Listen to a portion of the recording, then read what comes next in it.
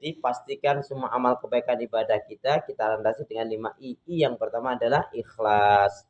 Ikhlas semata-mata mencari mengharapkan keridhaan Allah. Nggak jadi senang karena pujian sanjungan orang lain, nggak sedih juga karena hinaan cercaan orang lain, karena keridhaan Allah yang dia cari. Kul inna salati wa nusuki wa mahya wa mamati lillahi rabbil alamin. Surat 6 ayat 116 163. Katakanlah sesungguhnya salatku, ibadahku, hidup dan matiku hanya semata-mata karena Allah Subhanahu wa taala. Ikhlas sebelum beramal, ikhlas di waktu beramal, dan juga ikhlas setelah beramal. Kemudian gambaran orang yang betul-betul ikhlas itu dia nggak bicara lagi harta, jiwa pun dia akan kurbankan demi mendapatkan cinta dari Allah Subhanahu wa taala. Kemudian yang kedua adalah yaitu ilmu. Ilmu pastikan yang kita lakukan itu dengan sesuai Al-Quran dan Sunnah Rasul. Halaka ummati fi syai'aini tadi. Tarkul ilm wa jam'ul mal ala syaratil Bukhari. Ini syaratnya Imam Bukhari dari hadis ini apa? Binasanya umat Rasul dikarenakan 2 faktor utama. Karena meninggalkan ilmu, maksudnya meninggalkan Al-Quran dan Sunnah Rasul. Ya. Dan wajab ulmal, dan menumpuk-numpuk harta. Karena dunia. Bu, karena dunia itu akhirnya banyak orang nabrak. Dunia kemudian nafsu menguasai. Kalau udah nafsu menguasai itu, Bu, fitrah rusak. Kemarin sudah kita singgung ya tentang fitrah. Fitrahnya laki-laki ya senang dengan perempuan, perempuan senang dengan laki-laki. Tapi diikat dengan ikatan pernikahan, baru bernilaikan ibadah. Tapi kalau laki senang dengan perempuan, perempuan senang dengan laki, naudzubillah min dzalik, jalannya dengan pacaran apalagi sampai berzina, maka itu adalah karena nafsu.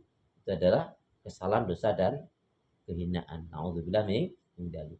Tapi kalau yang rusak lagi, kalau laki sudah senang dengan laki, sudah rusak itu. Ya, karena itu fitrahnya sudah rusak betul. Naudzubillah min dzalik. Hari ini juga banyak kita dipertontonkan, naudzubillah min dzalik, kita berlindung pada Allah, kita jaga diri kita, anak kita, keluarga kita apa? Jangan sampai terpukau dengan orang-orang yang penampilannya agamis tapi kelakuannya adalah iblis. Naudzubillah min dzalik. Ya, kita harus betul-betul seleksi hari ini, ya.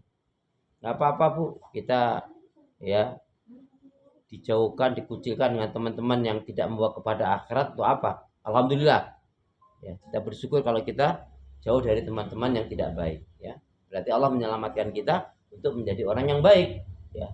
Kalau diajak baik enggak mau, sudah. Jangan kita cintai orang yang tidak mencintai Allah. Capek. Ya. Jangan kita pertahankan kecintaan yang hanya membuat kita sengsara. Jangan pernah tertipu dengan urusan dunia. Jangan sampai dipalingkan dengan dunia.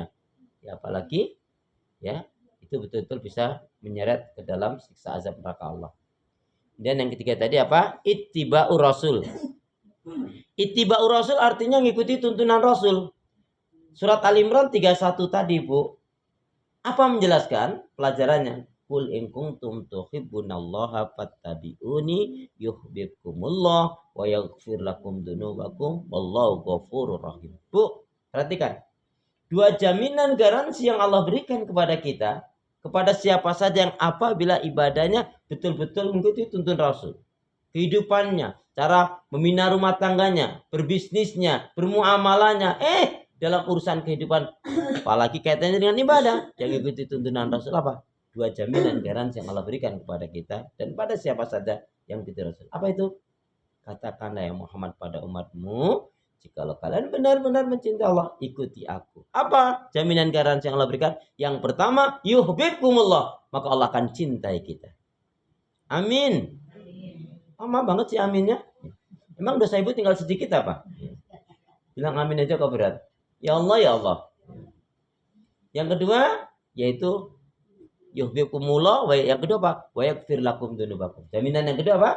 Diampuni kesalahan dan dosa yang kita lakukan. Amin.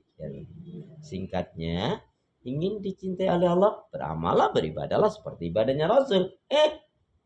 Ingin diampuni kesalahan dosa yang kita lakukan, beramallah, beribadahlah seperti ibadahnya Rasul. Yuk kita baca hadis Nabi.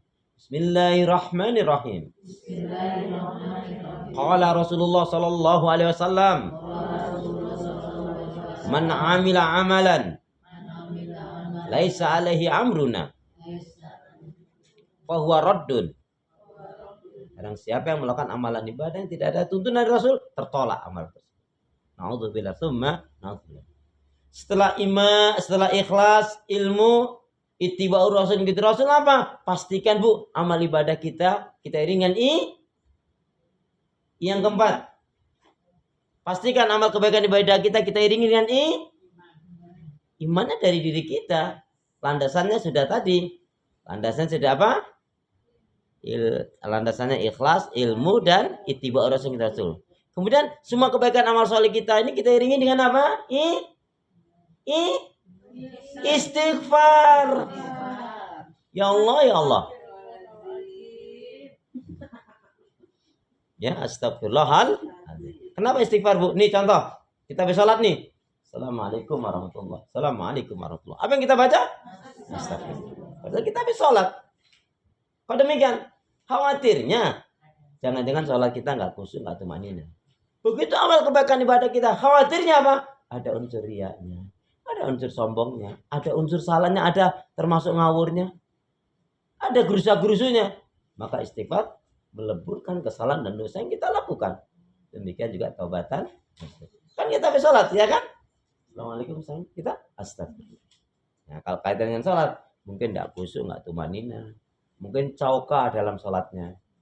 Ada loh, ya, nggak sadar udah baca Al-Fatihah apa belum? Kok kayaknya cepat banget langsung kulhu.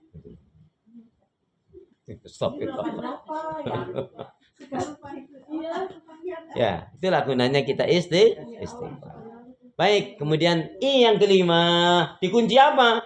Tadi